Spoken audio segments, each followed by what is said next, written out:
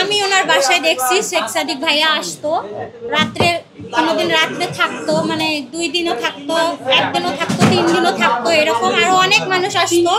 ওনার একটা makeup room আছে, ওই রুমে অনেক মানে পরিমাণের যেগুলা লোকজন আর কি আমরা দেখছি, সবাই মিলে ওই রুমে আসে নেশা করতো, মদ খাইতো।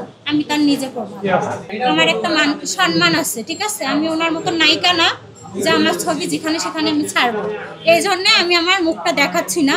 জানুয়ারি মাসে আমি ওনার বাসায় কাজে যাই, আমাকে ফেব্রুয়ারি মাসে পুরো মাসে বেতন দিছে, ডিউটি করছি আমি মাসের আর হচ্ছে জানুয়ারি মাসের 4 দিনের, আমি 1 মাস 4 দিনের বেতন পাই তার কাছে। আমাকে বেতন ছাড়া বের করে দিছে।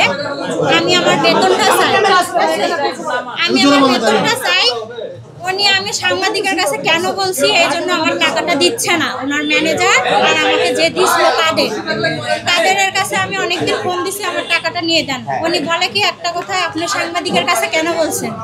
তখন আমি বলছি যে আমি তো আপনার কাছ থেকে আগে চাইছি, তারপর ওনার বাসার ম্যানেজারকে ফোন দিছি পরিমণির, তারা তো টাকাটা দিচ্ছে না। তো ওদের দুইজনের এক কথা কি যে আপনি সাংবাদিকের কাছে কেন বলছেন? আমি তো সাংবাদিকের কাছে আগে বলি নাই ভাই, ওদের সাথে কথা বলে আমার টাকা না পাওয়ার পরে আমি সাংবাদিকের কাছে বলছি যে আমার টাকাটা দেওয়া হয় নাই। ওনার সাথে তো আমার কোনো সম্পর্ক খারাপ না, উনিও আমার কোনো ক্ষতি করে নাই, বাট আমি ওনার কোনো ক্ষতি করি নাই। তাহলে আমাকে টাকা ছাড়া বের করে দিল, আমার টাকাটা দেওয়া হোক, আমি আমার টাকাটা চাই। আমি গরিব মানুষ, আমার 2টা ছেলে আছে, আমার কাজ করে খাইতে হয় 10 বাসায়, আমার একটা সম্মান আছে, ঠিক আছে। আমি ওনার মতো নায়িকা না যে আমার ছবি যেখানে সেখানে আমি ছাড়বো, এই জন্য আমি আমার মুখটা দেখাচ্ছি না। তো আমি জানুয়ারি মাসের 28 তারিখে ঢুকছিলাম ওনার বাসায়, মার্চের 14 তারিখে চলে আসছি। জানুয়ারির 28 তারিখ থেকে মার্চের 14 তারিখ সিসি ক্যামেরা চেক করা হোক যে আমি শিরিন ছিলাম কিনা। পরিমণির বাসায় যারা কাজ করে অনেকে অভিযোগ করেছে তারা বকেয়া বেতন পায়, বিষয়টা এরকম যে বেতন পাওয়ার পরেই হচ্ছে পরিমণি তাদেরকে মারধর করে বের করে দেয়। হ্যাঁ, আমি দেখছি আরো 2 জনকে বেতন ছাড়া বের করে দেওয়া হয়েছে। একজনের গায়ে হাত তুলছিল, আর একজনের গায়ে হাত উঠায় নাই। উনি হচ্ছে 2 জনের বেতন দেয় নাই, আমাকে সহ 3 জনের, ঠিক আছে। আমি চলে আসার পরে পিঙ্কির সাথে এরকম খারাপ ব্যবহার করছে। তা আমারও দাবি, আমিও মেয়ে, পিঙ্কিও মেয়ে। পিঙ্কির আগে ছিলেন? জি, পিঙ্কির আগে আমি ওই বাসায় গেছিলাম।